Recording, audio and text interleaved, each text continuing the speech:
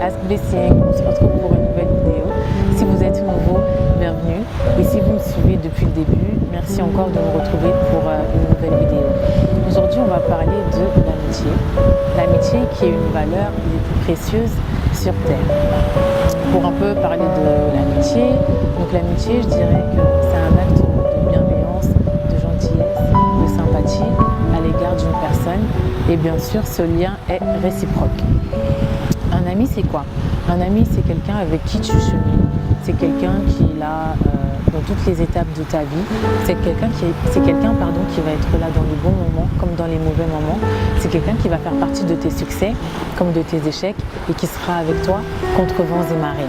Un ami, c'est pas seulement quelqu'un avec qui tu vas chiller au McDonald's ou aller au cinéma ou aller faire du shopping, tout ça. Pas que ces choses-là soient mauvaises, mais en fait là encore, on est encore dans un domaine superficiel. L'amitié, c'est pas seulement que les loisirs. L'amitié, c'est plus que ça. Je dirais même qu'un vrai ami, c'est quelqu'un qui apporte une valeur ajoutée dans ta vie, dans ce que tu entreprends, dans tes projets. Non pas seulement dans tout ce que tu entreprends, mais c'est une personne qui va ajouter une valeur une valeur ajoutée à ce que tu es toi-même en tant que personne. Je pourrais dire, pour moi en tout cas, c'est la conception que j'ai d'un vrai ami. À la différence d'un ami, il y a aussi ce qu'on appelle l'ami de la destinée. L'ami de la destinée, c'est qui?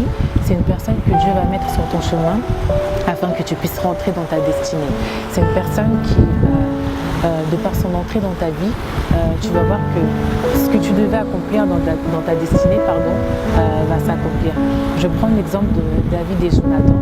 Dans la Bible, vous lirez le livre 1 Samuel et 2 Samuel pour comprendre si vous voulez rentrer en profondeur. Jonathan était l'ami de la destinée de David. On dit, je vais lire, dans 1 Samuel 18, verset 3, Jonathan fit alliance avec David parce qu'il l'aimait comme son âme. Donc Jonathan aimait tellement David, il l'aimait comme son âme, qu'il fit une alliance avec lui qui s'est perpétuée au-delà même de la mort de Jonathan. On voit qu'un ami de la destinée, c'est quelqu'un qui t'aime comme il s'aime lui-même et qui te traite en retour comme il aimerait qu'on le traite. Un ami de la destinée, c'est quelqu'un qui va t'amener à l'excellence.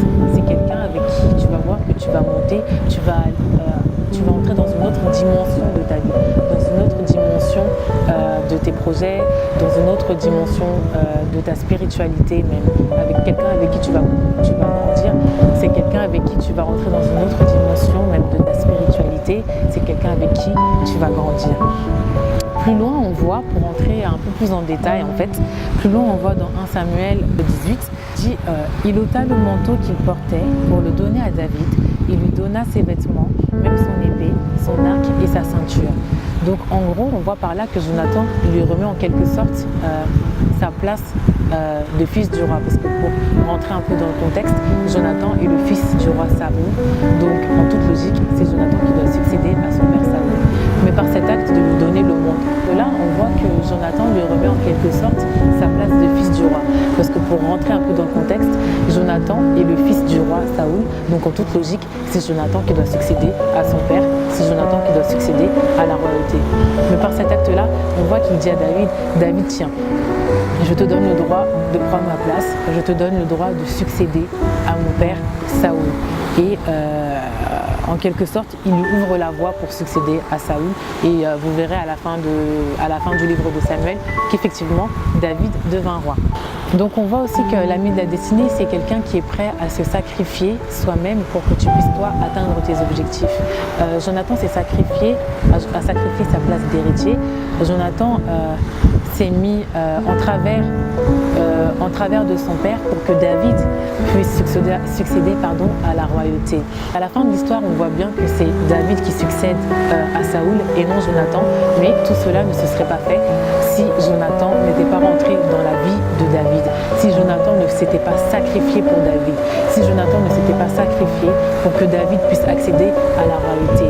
On voit par là que l'ami de la destinée, c'est quelqu'un qui va se sacrifier pour que toi tu puisses atteindre l'excellence. C'est quelqu'un qui va se sacrifier pour que toi tu puisses atteindre tes objectifs.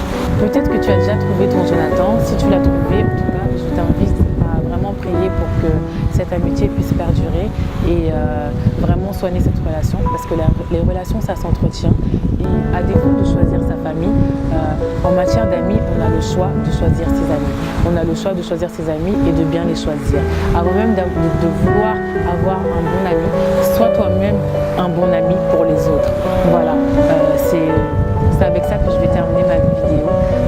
Je vous remercie pour tous les bons retours que j'ai eus sur ma première vidéo. Vous avez été nombreux à partager, à commenter, à me soutenir. Merci beaucoup. N'hésitez pas à vous abonner à ma chaîne YouTube. N'hésitez pas à commenter, partager. J'attends vos critiques, vos retours. Merci à tous.